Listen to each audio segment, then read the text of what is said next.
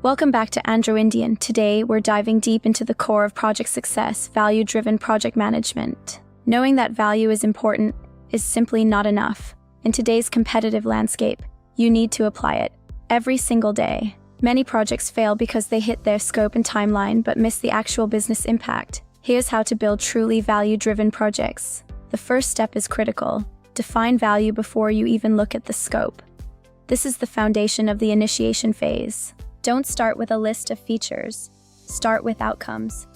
What specific business benefit are we chasing? Ask yourself and your stakeholders. What change are we actually creating in the organization that is your true North Star?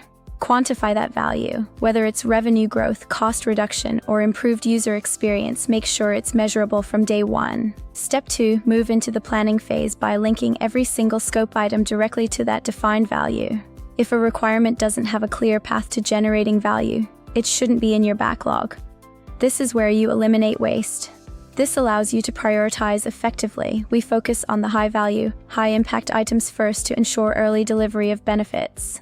This linkage acts as a shield against scope creep. Every new request must prove its value contribution before it's even considered.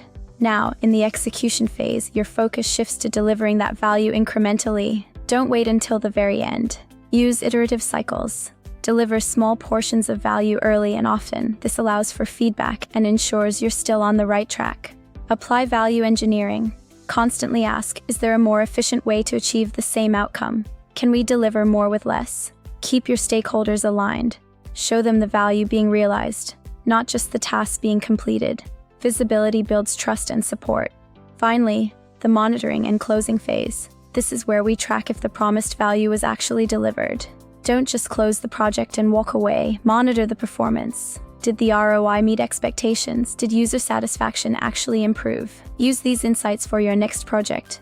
Value-driven management is a continuous cycle of learning and optimization for the Andrew Indian professional.